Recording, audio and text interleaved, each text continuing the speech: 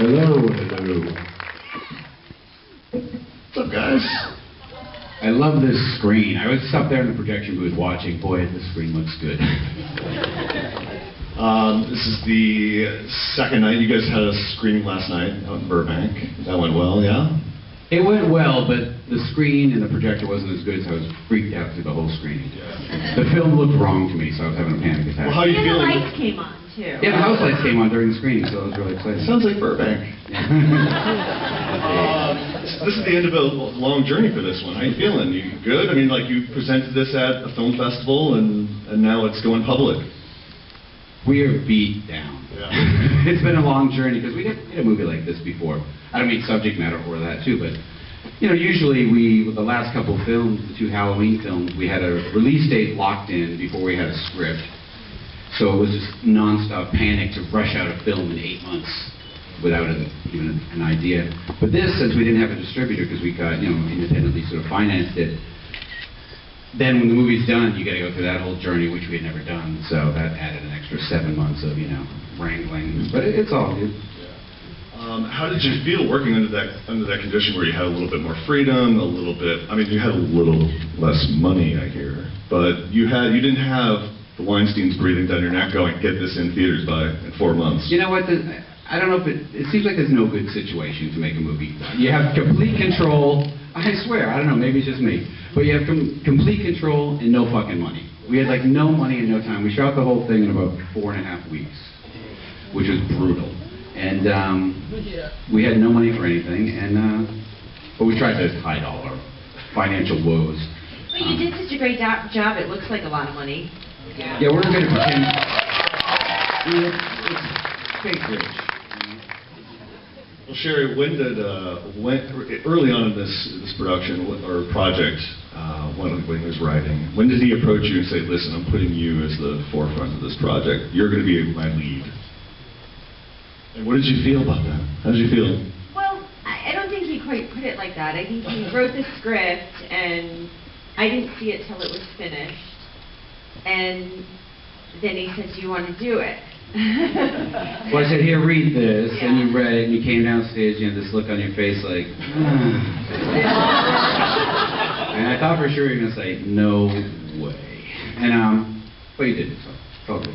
Well, it's a change of pace for you. I mean, it's a different kind of vibe, a different kind of energy. Was there anything that you'd done previously, maybe going through the emotional ringer on the Halloween movies, that kind of prepared you for this?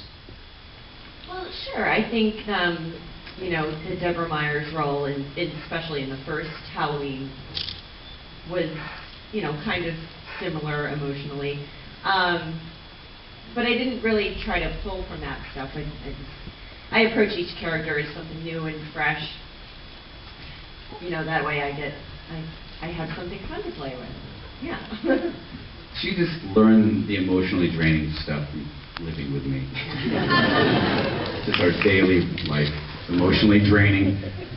So do you guys shut it off when the production is, when the day's shooting is done? Or do you guys kind of keep going and talk about either the day's shoot or what's to come the We're next day? still talking about it. Still talking about it. No, I guess. Monday we officially stopped talking about it. So I never say the words Lords of Salem after Sunday night, ever again. Where did let's talk about the project, because after Halloween 2, I'm sure you've been wanting to kind of go and do something a little bit more original, not that's anything tied down to a certain property. You had Tyrannosaurus Rex that you were kicking around for a little bit, and a couple other projects. So how did Lords excite you? Really, the way Lords of Salem went down was Tyrannosaurus Rex sort of went away after Halloween. That was going to be the follow-up to Halloween, and then I don't know what happened. That just never happened. But then I didn't really have a project. I was in the middle of doing music stuff, and the producers came to me and they said, "We want to, you know, we'll give you no money and total freedom, and our only request is that it be sort of supernaturally-ish." That was the only guidelines. And I was like, "Oh boy, I got nothing." And it was actually Wayne Toth. I remember being in his shop. We were working on something for tour. And he was sort of like, "Hey, what about that Lords of Salem thing you were talking about like 1,000 years ago," which I had completely forgotten about. And I pulled that out, and that was the end of that. Kind of did a half-ass pitch over the phone during sound check one day. We're on tour, you know, with the guitars feeding back. I was like, yeah, and then there's like this Satan thing, and blah. They probably weren't even listening. They're like, ah, sounds good, just do it. Beyond Sheri, who are you excited to work with? You worked with a lot of new faces this time around.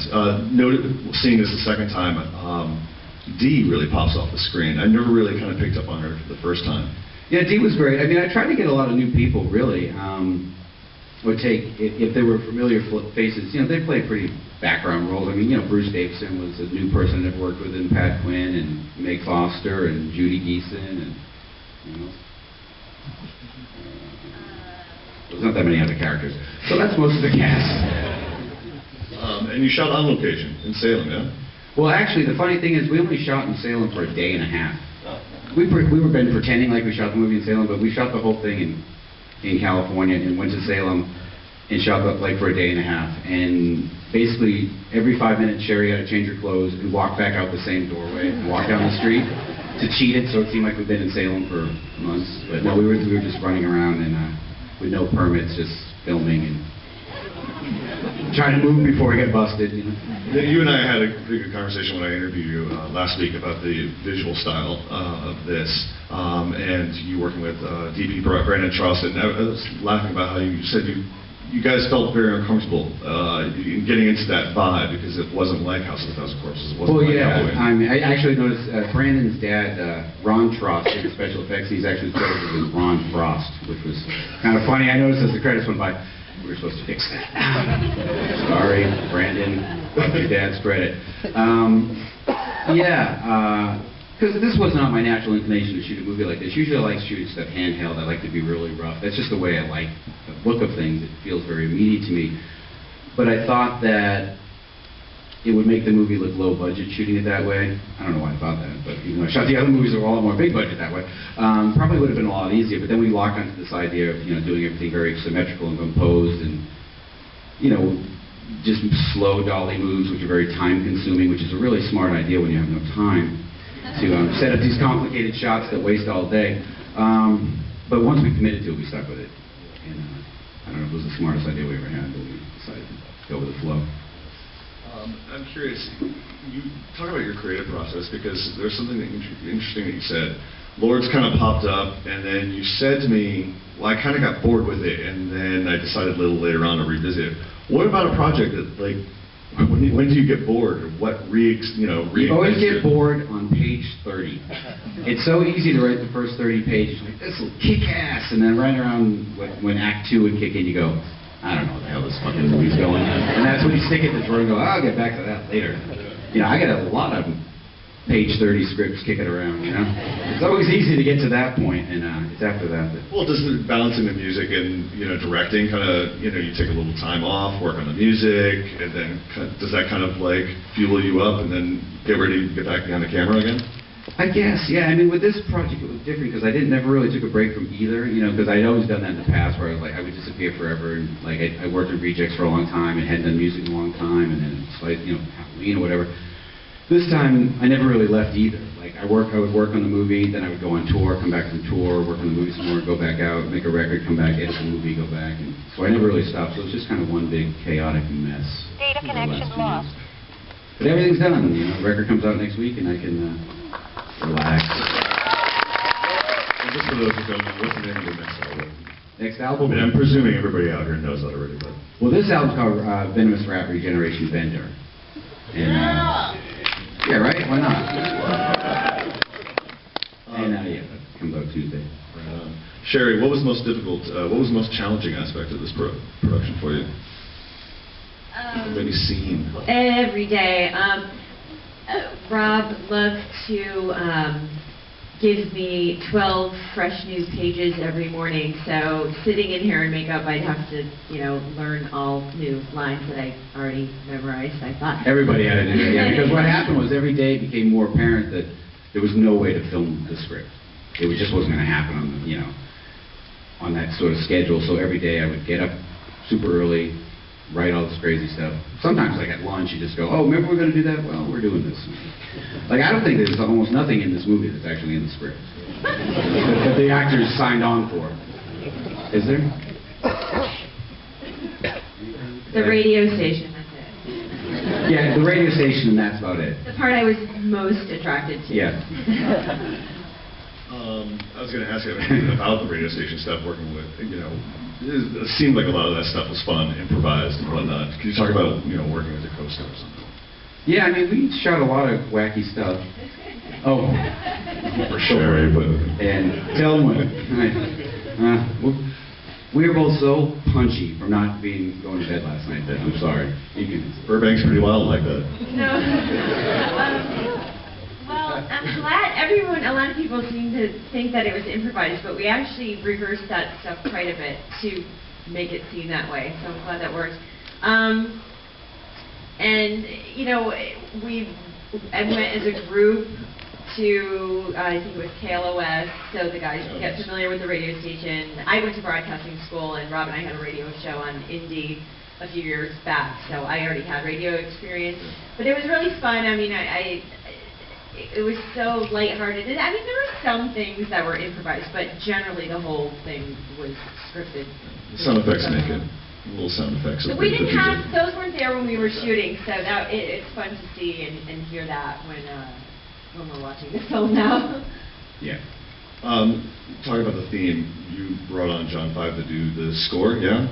And, yeah, John 5 he also is talked about Lords of Salem. Theme. Yeah, John was easy to work. I mean, obviously John's easy to work with. I work with him all the time. But I wanted somebody who would catchy, so he didn't want to overcomplicate these tiny little themes. And as far as the creepy witch thing record, that was one thing. One day, he was on the West Coast and I was on the East Coast. And we were just humming these things back and forth to each other on the phone. And at some point, we both said, "That's it." You and John hum to each other on the phone? Just that one part. Yeah, kind of like that. In a heavy sort of way. Very cool. Well, let's open the floor. Very heavy humming. Questions. Anybody out there have questions? Right here in front. Thank you.